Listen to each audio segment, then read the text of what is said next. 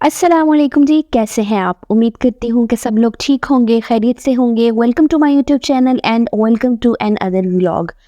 आज हम बनाने वाले हैं बेसन वाली फ़िश फ्राई और आपके साथ रेसिपी शेयर करूँगी। बहुत ही मज़े की, बहुत ही यूनिक रेसिपी है।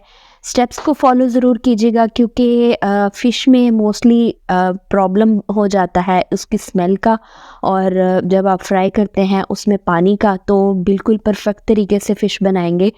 सबसे पहले मैं आपको इंग्रेडिएंट्स नोट करवा दूँ जो जो मैंने डाला है ताकि समझने में आसानी हो। तो ये जो ग्रीन वाली चटनी आप जो पेस्ट देख रहे हैं, ये बेसिकली है अदरक, लहसुन और हरी मिर्च का पेस्ट।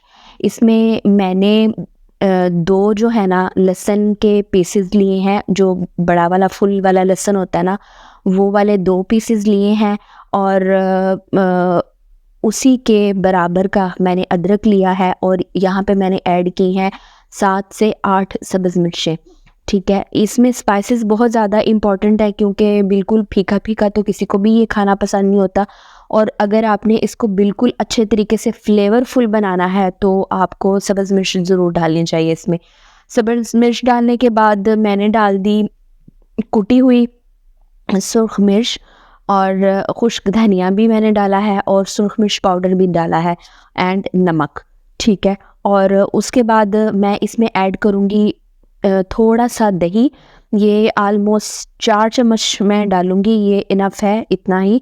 ठीक है, और उसके बाद इसमें ऐड करेंगे थोड़ा सा, मैंने इसमें ना अजवाइन को थोड़ा पीस के, मतलब फुल नहीं पीसा लेकिन जैसे उसको थोड़ा मैश कर लेते हैं ना, वैसे करके, तो ये मैंने पेस्ट अपना तैयार कर लिया है।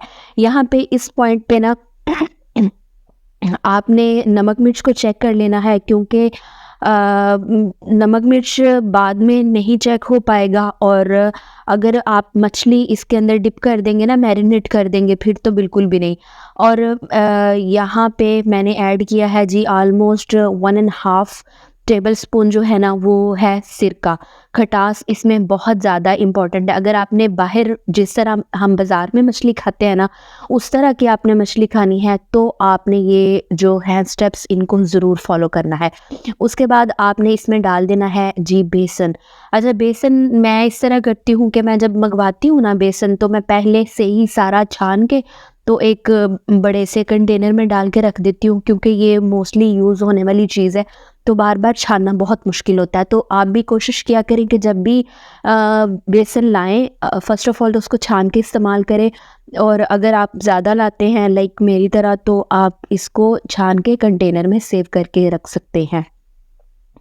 तो यहाँ पे मैंने अपनी जो मेरी मछली की क्वांटिटी है उसके अकॉर्डिंगली मैंने बेसन ऐड कर दिया। जैसे कि मैंने बताया था, मैंने यहाँ पे अजवाइन ऐड कर दी। मैंने बता पहले दिया था क्योंकि मुझे याद था कि मैंने अजवाइन डाली है, तो इसलिए मैंने बता दिया कि अजवाइन ऐड कर ली। अजवाइन का टेस्ट बहुत ज़्यादा अच्छा आता है मछली में, और दूसरा जो मछली की स्मेल होती है ना अपनी, उसको ख़त्म करने के लिए ये बेसिक इंग्रेडिएंट माना जाता है। हम जब इवन बाज़ार से भी मछली लाते हैं ना, तो मैं यूँ करती हूँ कि मैं थोड़ी-सी अजवाइन जो है ना उसको पीस के, तो उसके अंदर थोड़ा-सा नमक और सिरका डाल के उसको पहले मैरिनेट कर देती हूँ। इससे नमक का जो थोड़ा-थोड़ा टेस्ट होता है वो भी अंदर चला जाता है, स्मेल बिल्कुल ख़त्म हो जाती है। बहुत सारे लोग ना अच्छी फ़िश बनाते हैं, मतलब उनकी फ़िश में टेस्ट होता है मगर उनकी फ़िश का जो स्मेल है ना वो नहीं ख़त्म होती। तो डेफ़िनेटली जायके के साथ-साथ स्मेल का बहुत बड़ा रोल है कोई भी खाना हो, और मेरे तरह के जो लोग हैं जो कि खाना स्मेल करके खाते हैं, उनको पता होगा कि स्मेल अगर बुरी आ रही होगी तो वो बिल्कुल भी खाया नहीं जाएगा। तो यहाँ पे ये जो फ़िश है ना, ये थोड़ी जुड़ी-जुड़ी इसलिए आप लोगों को लग रही है क्योंकि ये ना मैंने धो के, तो फिर जैसे मैंने आपको बताया था कि मैं पहले फ़िश को धो लेती हूँ अच्छे तरीके से, सिरका लगा के, अजवाइन लगा के, और मैं इसको बाकायदा स्मेल भी कर रही हूँ कि इसकी अच्छी स्मेल आती हो। तो मैंने इसमें डाल दिया, और अब इस पॉइंट पे आपने अच्छे तरीके से हाथों के साथ इसको कर लेना है जी मिक्स। मिक्स इसको बहुत अच्छे तरीके से करना है ताकि किसी भी किस्म का कोई प्रॉब्लम ना रहे। सारी मछली को एक, तो दोनों हाथों से करने का ये मकसद होता है कि कोई भी जो पीस है वो ना रह जाए जिस पे आपने अच्छे तरीके से मसाला नहीं लगाया। और अगर आप कंसिस्टेंसी इसकी चेक करेंगे तो आपको पता चल रहा होगा कि ये इक्वली बहुत अच्छे से स्प्रेड हो रहा है, ना ही ये जो बैटर है ये बहुत ज़्यादा मोटा-मोटा है कि किसी जगह पे एक जगह पे स्टिक हो रहा हो, ना ही इतना पतला है कि बिल्कुल ठहर ही नहीं रहा हो। तो ये बिल्कुल जिस तरह आप बाज़ार से मछली खाते हैं ना, ये इसकी जो कंसिस्टेंसी है ना, ये बिल्कुल वैसी ही है। और मैंने इसको अच्छे तरीके से कर दिया था मिक्स, और इसको मिक्स करने के बाद ना आपने इसको रेस्ट देना है कम अज़ कम 2 घंटे का, कम अज़ कम, ये कम अज़ कम बता रही हूँ। अगर आपको कोई इमरजेंसी है, आपके कोई मेहमान आए हुए हैं, तो आपने कम अज़ कम 2 घंटे फिर भी इसको रेस्ट देना है। जो भी होती है ना ये गोश्त वाली चीज़ें, लाइक अगर आप चिकन भी बनाते हो, अगर आप बीफ के बनाते हो, कोई भी ऐसी चीज़ बनाते हो जो कि जिनके लिए मैरिनेशन ज़रूरी होती है, उनको आपको ओवरनाइट का स्टे ज़रूर देना चाहिए।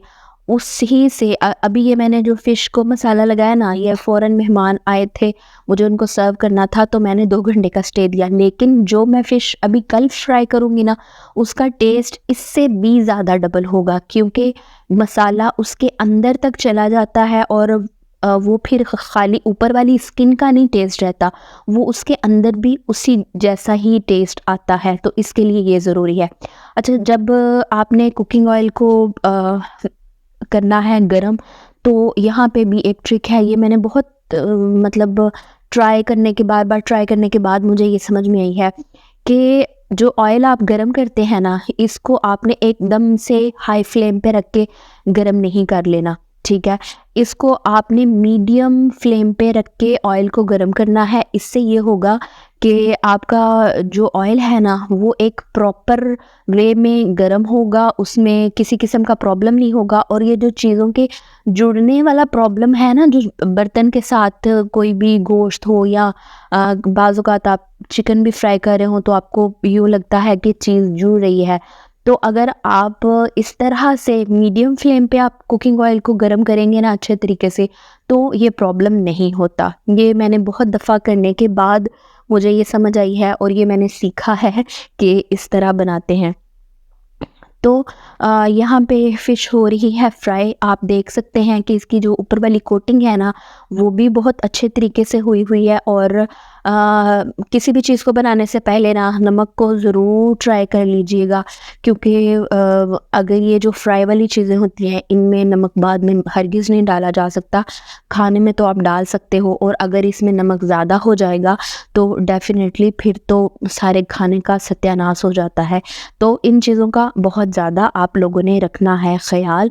और आप इन लोग ये देख सकते हैं कि ये कितना प्यारा इसका कलर आ रहा है, और बहुत ही अच्छे तरीके से ये हमारी जो फ़िश है ना, ये फ्राई हो रही है। तो आप लोग भी इसको ज़रूर ट्राई कीजिएगा और मुझे बताइएगा कि अच्छा, अब मुझे ना पहले ना कमेंट्स आ रहे थे। अभी मुझे 2-3 वीडियोज़ में मैंने नोटिस किया है कि मुझे कमेंट्स नहीं आ रहे। तो आप लोगों से ज़रूर कहूँगी कि प्लीज़ मुझे कमेंट्स करके बताया करें। कोई भी इंसान परफेक्ट नहीं होता डेफ़िनेटली। तो अगर कोई प्रॉब्लम होती है, अगर कोई चीज़ मैं सही नहीं बता रही हूँ, तो यहाँ पे मैं थोड़ी ना टीचर हूँ जो मैं सब कुछ ही सही बता सकती हूँ। तो मैं ना ही डेफ़िनेटली मैं अपने आप को कोई शेफ़ भी कंसीडर नहीं करती। मैं जस्ट सिंपली आप लोगों से शेयर करना चाहती हूँ जो मैं बनाती हूँ, और जिस तरीके से मैंने सीखा है कुकिंग करना, मैं सिर्फ़ आप लोगों को वो स्टेप्स सिखा रही हूँ। तो यहाँ पे हमारी फ़िश जो है वो हो चुकी है तैयार। ये आप देख सकते हैं इसकी फ़ाइनल लुक। इसको ज़रूर ट्राई कीजिएगा, दुआओं में याद रखिएगा, और मेरे चैनल को सब्सक्राइब कर दें, वीडियोज़ को लाइक कर दें, और दुआओं में याद रखिएगा। अल्लाह हाफ़िज़।